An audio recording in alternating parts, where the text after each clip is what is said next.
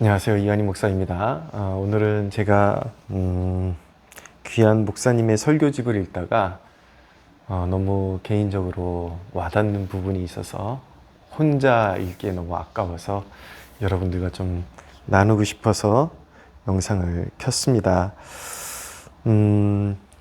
목회자로서 정말 귀감이 되고 본받고 싶은 그런 선배 목회자를 만나는 것은 정말 흥분이 되고 기쁨이 넘치는 일입니다.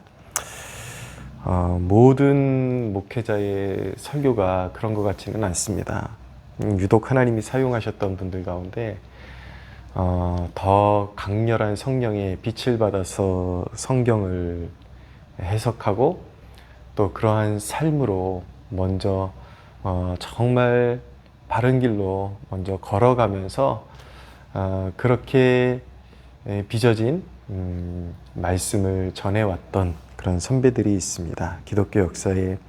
제가 오늘 읽고 있는 책의 저자는 J.C. 라일, 존 찰스 라일이라는 분인데 믿음으로 살라라는 책입니다. 여기에 한 부분이 우리가 그리스도인으로서 성장을 갈망해야 된다라는 것, 자라나는 것을 사모해야 된다라는 것을 강조하고 있는데 이 부분 읽으면서 참 큰 은혜가 되더라고요. 사모함이 되고 여러분들에게 그대로 좀 읽어드리고 싶습니다.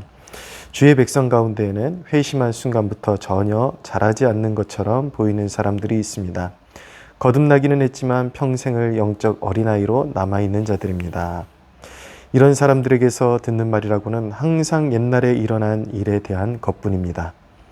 영적 열정도 없고 자기가 속한 아주 작은 무리 외에는 별 관심도 없습니다. 10년 전에 본 모습 그대로입니다. 그리스도인으로서 이 사람들 역시 이 땅을 지나가는 순례자이지만 구약 성경에 나오는 기브온 거민들과 같은 순례자입니다. 그들의 양식은 항상 말라 비틀어져 곰팡이가 슬어 있고 신발은 항상 지저분하며 옷은 헤어지고 구멍이 숭숭 나 있습니다. 이런 말을 하는 것이 정말 서글플 따름입니다. 참된 그리스도인들에게 묻습니다. 제 말이 그릇되었습니까? 이와 달리 주님의 백성들 가운데는 항상 자라나는 사람들이 있습니다. 비온 뒤 풀이 자라나는 것처럼 자랍니다. 이집트에서 불어난 이스라엘 백성처럼 자라납니다. 때로 지치기도 하지만 기드온처럼 항상 자라가고자 애를 씁니다. 은혜 위에 은혜를 누리고 믿음에서 믿음으로 나아갑니다. 더욱더 강건해져 갑니다. 이들을 만날 때마다 마음이 훨씬 넓어진 것을 봅니다. 영적인 키가 성큼 자라 보입니다. 해가 다르게 신앙이 자라고 더 밝게 드러납니다. 믿음의 실체를 증거하는 선행에 힘을 씁니다. 선한 일을 행하는데도 쉽게 지치지 않습니다. 위대한 일을 시도하고 실제로 그런 일을 해냅니다. 실패하면 다시 시도합니다. 넘어지면 다시 일어납니다. 그럼에도 스스로를 보잘것없는 무익한 종이라 여깁니다. 자신이 한 일은 아무것도 없다고 생각합니다. 이런 사람들을 통해 신앙이 사랑스럽고 아름다운 것으로 드러납니다. 회심하지 않은 사람들조차 이들을 칭찬하지 않을 수 없습니다. 세상에서 가장 이기적인 사람들조차 이들에게 후한 평가를 내립니다. 이런 사람들을 만나고 이들과 함께 지내며 이들의 이야기를 듣는 것은 정말 기분 좋은 일입니다. 이들은 마치 모세와 같이 하나님과 함께 있다가 금방 내려온 사람들처럼 보입니다. 이들과 헤어지고 돌아오는 길은 마음이 훈훈합니다.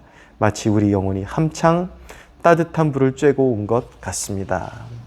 저는 지금 낭독한 문장 중에 이 마지막 대목에 마치 우리 영혼이 한창 따뜻한 불을 쬐고 온 것 같습니다. 이 대목이 굉장히 울림이 있었습니다. 정말 그런 사람이 되었으면 좋겠다. 나를 만나는 사람마다 정말 따뜻한 불가에 앉아있다 온 것 같은 그런 느낌을 받았으면 좋겠다.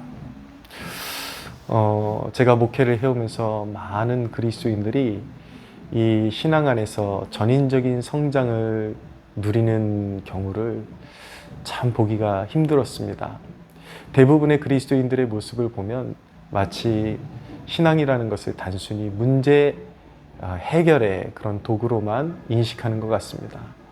그들 중 상당수는 예배 때 은혜를 받습니다. 오늘 은혜 받았어. 오늘 말씀이 나에게 주시는 것 같았어. 오늘 나 말씀 받았어. 이제 조금만 있으면 내가 가지고 있는 문제 해결 안 받을 것이라고 믿어. 그러나 그런 그들의 기대감과 그 소망의 빛은 오래가지 않습니다.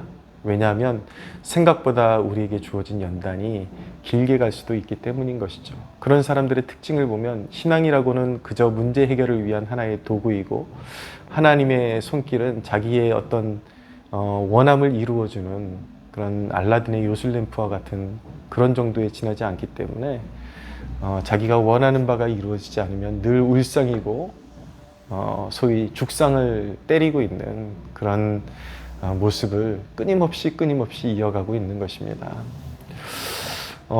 존 라일은 이런 신앙이 자라나지 못하는, 이렇게 신앙이 성숙해지고 자라나지 못하고 내면의 그런 따뜻한 그런 영적인 여운을 지니지 못하는 가장 핵심적인 요인이 바로 기도 생활의 빈약함이라고 진단을 하고 있습니다. 여러분들의 기도 생활은 어떻습니까? 여러분들은 단순히 여러분들의 기도 속에 늘 나오는 내용은 뭐 해주세요, 그냥 단순하게 이 문제 해결해 주세요. 오해하지 마십시오. 우리는 모든 문제를 하나님 앞에 올려드려야 됩니다. 한순간도 하나님의 도움이 없이는 작은 문제조차도 해결할 수 없는 나약한 피조물입니다. 그것이 잘못됐다라는 것이 아니라 100이면 100, 그 내용, 오로지 그 내용밖에 기도에 없는 것은 참으로 불행한 것이라는 것이죠. 진정한 기도 속에서, 진정한 기도는 항상 주님 앞에서 나의 내면을 바라보게 하고, 실수가 없을 수는 없지만 실수를 하고 나서 어리석은 사람들은 그것에 대해서 충분히 원인을 숙고하지 않기 때문에, 하나님 앞에 아뢰드리지 않기 때문에 똑같은 실수를 또 반복하고 계속해서 반복합니다. 그렇게 수년이 흘러가고 심지어 머리뿌리가 팥뿌리 될 정도로 그렇게 교훈을 얻지 못하고 미련한 삶을 반복하는 사람들이 참 많습니다. 기도를 통해서 하나님 앞에서 실수와 연약한 가운데 빠졌을 때에 나의 죄를 바라보고 하나님의 음성을 되새겨보고, 내가 하나님 어디서부터 잘못된 것입니까? 그리고 하나님 내가 어떻게 고침받기를 원하십니까? 그렇게 항상 하나님께 묻고 내 마음을 쏟아놓을 때에 그곳에 깊은 성령의 감화가 일어나고 십자가를 대면하는 중에 내 마음이 녹아지고, 우리 마음이 녹아지는 만큼, 하나님 앞에서 그 성령의 불에 녹아지는 만큼 우리의 마음은 넓어지게 되는 것입니다. 가진 것이 많아야만 사람이 마음을 넓게 쓰는 것은 아닌 것 같습니다. 마음이 성령으로 말미암아 녹아지고 넓게 열린 사람들이 없어도 있는 사람보다 더 베풀고 더 사람들에게 용기를 주는 그런 사명을 감당하더라고요. 사랑하는 여러분, 그리스도 안에서 자라가기를 소망하십시오.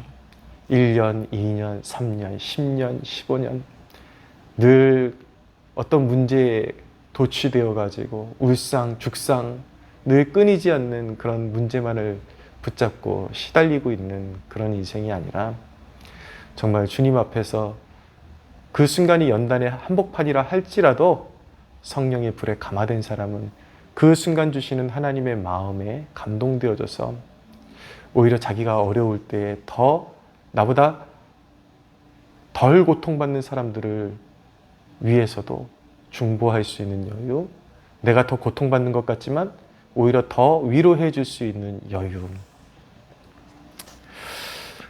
다윗이 자기의 형편이 가장 어려울 때 그일라의 백성을 구원하러 간 것처럼 우리는 소유가 많아야 세상을 이롭게 할 수 있는 사람이 아니라 정말 성령으로 말미암아 감화된 심령을 받을 때에 우리는 우리의 한계를 뚫고 나아가서 세상에 소망을 전달할 수 있는 그런 존재로 살아갈 수 있게 될 것입니다. 사랑하는 여러분, 항상 그리스도 안에서 성장을 사모하십시오. 갈망하십시오.